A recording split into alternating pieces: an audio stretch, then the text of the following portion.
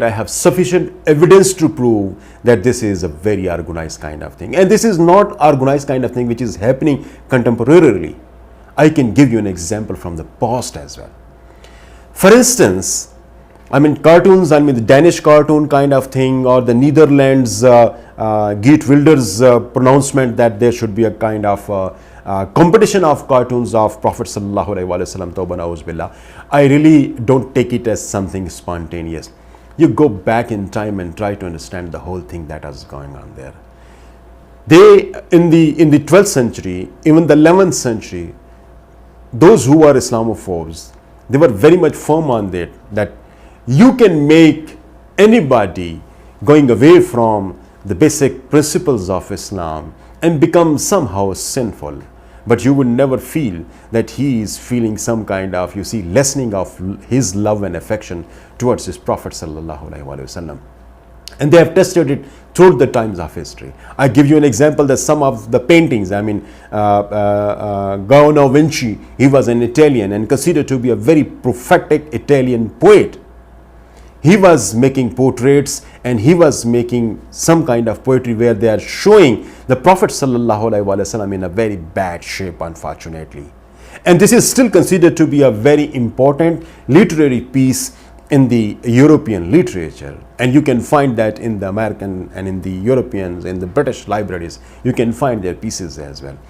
And this is what happening sometime 1000 years from now. And this is coming in a kind of, continuity. You can see many other instances where the Prophet sallallahu alaihi wasallam has been shown in a dark light by the Western scholars, by the Western priests, by those who matter and are very important in their societies. I give you a very good example. If you get a good source, if you just go through it, rather I would request everybody to read it so that they should be able to understand it. This has been written by Abdul Ghani. And Abdul Ghani was writing this book from Oxford, UK, when he was writing this various instances in the history, literature published by the English societies, published by the French societies, published by the Spanish societies. So the name of the book is The Perceptions of Muhammad sallallahu alaihi wasallam in the English, French and Spanish literature from 1650 to present.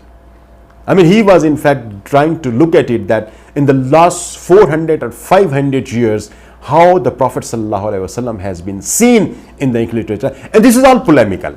This is all negative.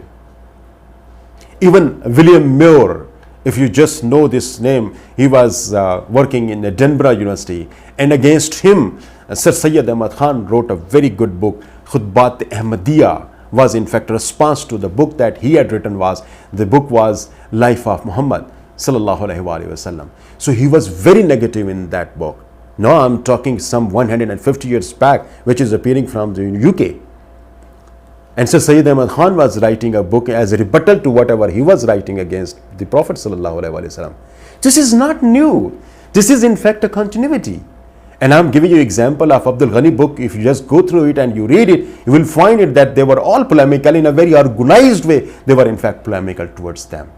One example in the modern literature from the United States, I know two of the persons those who were extremely polemical towards the Prophet sallallahu alaihi wasallam. Continuity of this is coming in shape of cartoons competition recently in Netherlands, and just before that in case of Danish cartoons, and even before that you can take example of the early 90s Salman Rushdie and even Taslima Nasreen from Bangladesh. So a huge number of examples are there, and the two examples I was giving you from the United States, these are two very big names, and they're university professors, and one of the very renowned university professors in the United States.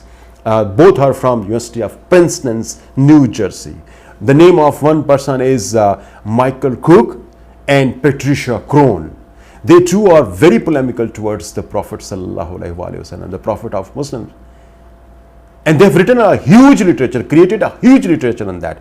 Recently they have just concluded a PhD dissertation on the burial episode of Prophet sallallahu alaihi wasallam. And in a very negative fashion, in fact, they have given many stories which are all fabricated without having enough substantial evidence to prove whatever they were saying.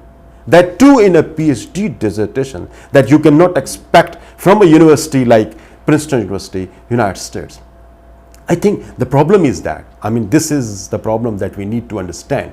The problem is that there is no as such a scholastic and academic response to these kind of scholastic, so-called scholastic and academic things that are going in the West from the Muslim world.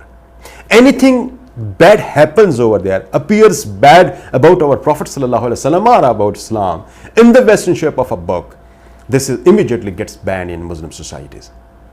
Even it doesn't reach the people, those who are academically rich and are able to respond to it. Whatever Sir Syed Ahmad Khan was doing to the life of Muhammad ﷺ by William Moore, there should be so many people. There are indeed a lot many people and scholars, those who are capable of responding these kind of things, but these things do not reach our societies. I don't know why do we ban those kind of things. We need to in fact reduce this kind of things there in our societies. This kind of intolerance, an intellectual kind of response should be given in an intellectual way instead of being given in some kind of capricious fashion and based on some kind of emotions. No, we need not to do that. Academic things should be countered with academic argument.